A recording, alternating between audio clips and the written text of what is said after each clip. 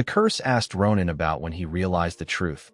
Our boy told it that it was pretty obvious that it was the curse. He said that he figured it out when it chose today among all the days of his life.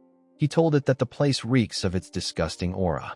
The curse pointed at the noble's carriage. It asked Ronan to tell it why he is just letting the nobles get away. It reminded him that the nobles were the beginning of the crack that threw his life off course.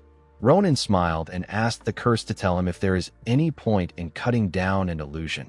He said that it would only make him sweat for nothing. He told the curse that he already knows the truth. He told it that he cannot move forward if he clings on to the past. The moment he said this, Ronan placed Sita on the ground. He stood up and asked the curse to get to business. He knew that his trial wasn't going to end here. The curse laughed and told Ronan that he has finally gained the insight to make the right choice.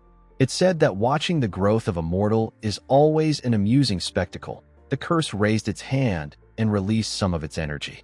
It told our boy that he will tell him how to remove it from his body, but there is something he needs to face before doing this. The curse slowly turned Sita into its energy and told Ronan that he has to face the origin of his existence and the clue that will determine the fate of his land. It told Ronan that he must decide which path he will take for himself and the world at the very end of the truth. The moment it said this world began to collapse and turn into energy. It got sucked into a large hole in the air. In the next scene, we see someone writing something on a book. The person was in a room. Ronan wondered about why he was seeing a hand. He wondered about where he was. He noticed that his body wasn't moving the way he wanted it to. His body was floating in the air. He realized that he was possessing the man in front of him. He wondered about what the curse wanted to show him through this man wearing a hood. Immediately he thought of this. Someone stepped into the room. The person asked the man if he was up all night again. She asked him if he was writing books for this land. The person turned out to be an elf woman. The elf referred to the man as savior and told him that he will wear himself out if he continues to do this.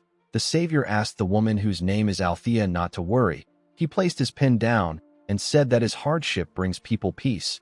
He said that there is no greater joy than this. He stood up and revealed a unique pendant. The man was covered with the energy of the star. He turned to Althea and told her that they need to go out to guide the innocent. He said that the blessing of the star will be with them. Ronan was shocked to hear this. He knew that this was a slogan of Nebula Clagier. The scene shifts, and we are taken outside. We see a ruined town. Several spirit animals were helping the people of the town to rebuild their place. The people couldn't believe their eyes. They were all amazed to see the animals working for them. While they were looking at the animals, the Savior and Althea stepped outside. The Savior smiled when he saw the spirits. He did not expect Althea to be simultaneously communicating with dozens of mid-level spirits. He told the elf that she has grown. Althea raised a book and told the Savior that it is all thanks to his help. She told him that the grimoire he completed a while back has been truly helpful. She asked the man if he has decided on a name for the book. The Savior said that he has. He told Althea that they will call it Bazura. Ronan was shocked to hear the name of the grimoire. He couldn't believe that he was looking at the insane forbidden book. It looked so calm and beautiful. He wondered about how this perfect book became so crazy. What was even more shocking to him was that Air told him that Bazura was estimated to have been completed over 2,000 years ago. Our boy wondered about how long ago these events took place. The Savior and Althea walked towards a man who helped a girl set up a metal prosthetic leg. The man told the girl that her leg will be as good as new and she will be able to move as much as she wants. The girl was very happy to see the prosthetic leg. She stood up and told the man that she is really walking again. She said that the prosthetic leg really feels like it is her own. The man told her that this is natural. He reminded her that he was the one who made it. The moment he said this, the Savior called out to the man known as Alabrige and told him that his dexterity is as wonderful as ever. The tall dark man smiled when he saw the Savior. Ronan recalled that he had heard a name like Alabrige in Rodalin's interrogation report. This is the name of the creator of the destructive devices used by Nebula Clagier. He is the top engineer of the church. The man smiled and told the Savior that he was able to do this thanks to what he taught him. He asked the Savior to tell him where he learned all of this. The man said that it is nothing serious. He said that he simply has a lot of experience with his hands. Alabrige asked him if he will answer with silence if he asked him to tell him where he gained his experience from. The Savior smiled at him. The man understood what this meant. He asked the savior to forget about it. He said that he will not ask. He placed his hand around the savior's shoulder and told him that he is the strangest mortal he has ever met. The savior told him that this is something he should be hearing from him. He asked Alabrige if anyone would believe that a black dragon would craft prosthetics for mortals. Alabrige laughed and told the savior that he is right. Ronan couldn't believe that this man was a black dragon. He was quite shocked to see that this savior was willingly helping people through a black dragon and Bazura. He wondered if this is really the Nebula Clagier that he knows. While he was looking at them, someone called out to the savior. The man and his comrades quickly raised their heads up. They saw the people of the town in front of them. The people put their hands together and thanked the savior for saving them. They said that they thought everything was over after the beast attack. They couldn't believe that the savior came all the way there to bestow his grace upon them. The savior told them that he is merely fulfilling his duty. He told them that they do not need to call it grace. He advised them to focus solely on rebuilding their village. A little girl grabbed the man's hood and asked him about what they should do if the monsters that destroyed the village come back. The man pat the girl on her head and told her that everything will be all right. He revealed to her that the strongest swordsman in the land has gone to slay the beasts. He raised his head up and said that the swordsman is back. The people in the village quickly turned around to see the swordsman. They saw a man wearing a hood standing next to a dragon's head. The swordsman walked forward and told the savior that he has cleared out the beast horde just as he instructed. He said that he only brought the leader's head because the beasts were too many to bring back. The people in the village couldn't believe their eyes. They couldn't believe that they were looking at a dragon's head with a cold gaze in his eyes. The swordsman told the savior that he hopes he understands him. The savior told him that it is fine. He called out the swordsman's name and told him that he worked hard. Ronan was unable to hear his name. He could hear everything else but the swordsman's name. He was shocked by this phenomenon. Ronan recognized this noise that interferes with name recognition. It felt similar to the noise he heard when he was uplifting the first curse. The noise was caused by only one person. Ronan realized that this swordsman might be his father. He grit his teeth and clenched his fist out of anger. He told himself that he needs to calm down. He reminded himself that this is the distant past and an illusion. He told himself that he needs to focus on this situation. The savior noticed that the swordsman didn't get a single stain of blood on his clothes, even though he faced so many dragonkin. He told the swordsman that his sword grows sharper with each passing day. The man told the savior that he flatters him. He told him that it is all thanks to his teachings. The savior told him that they can handle the reconstruction of this village on their own. He asked him to get some rest since he would be tired from his journey. The moment he said this, a red dragon appeared in the sky and opened its mouth to gather a large amount of fire. The swordsman quickly raised his head up. Alabrige instantly recognized the dense flow of mana. He said that this is dragon language magic.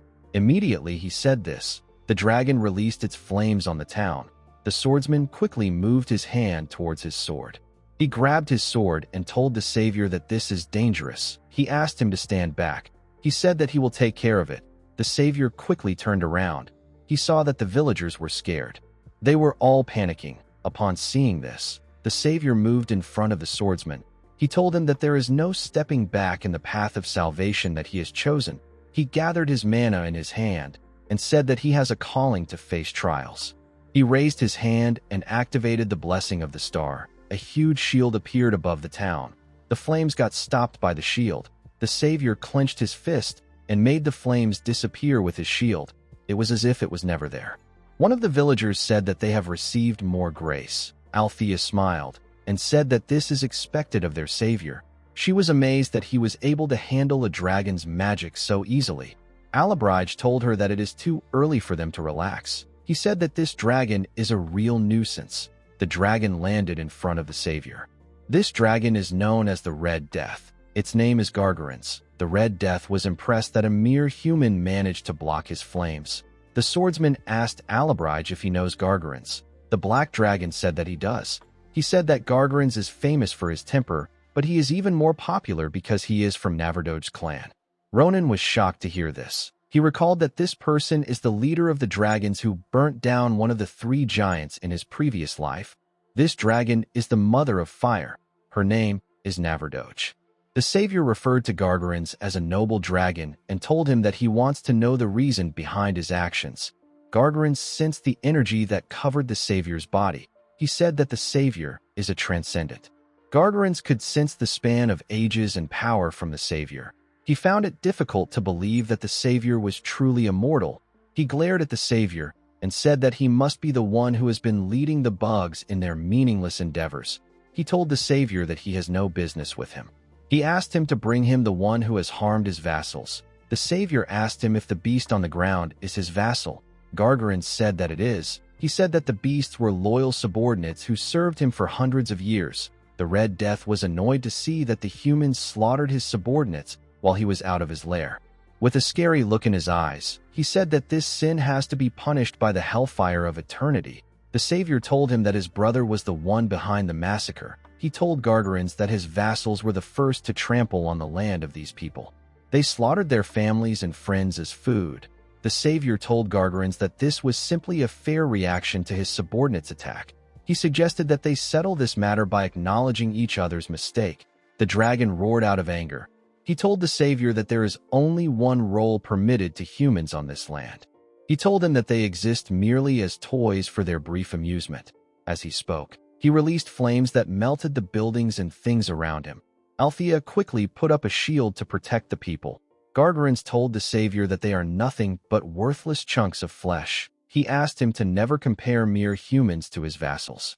The savior was not fazed by the Red Death's flames. He told him that humans are just as important as his vassals. Gargarins opened his mouth and gathered a large amount of energy. He told the savior that his fate has been decided. He referred to him as a foolish man and told him that he will also become dust.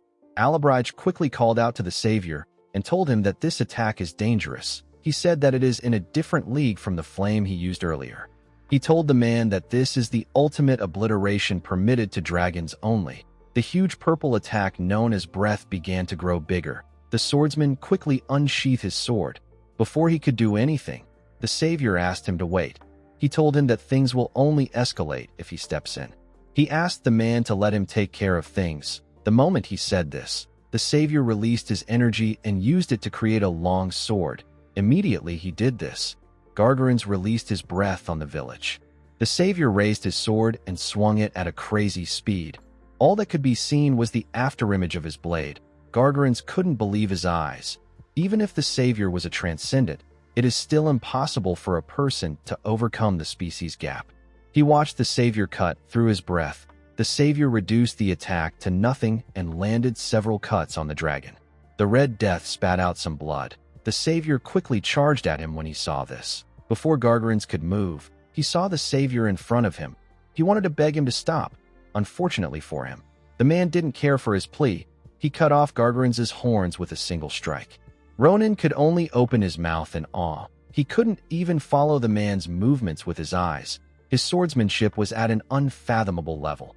Although the savior's swordsmanship was insane, Ronan still got a strange sense of déjà vu that came from being connected to the man. There was no doubt that the savior's swordsmanship was on an entirely different level, but it looked similar to the swordsmanship of someone else. It looked like Neburo's swordsmanship. Guys, we have come to the end of our video. If you guys want part 80 of this recap, let me know in the comments section. Don't forget to like and smash that subscribe button for more recaps. See you guys later.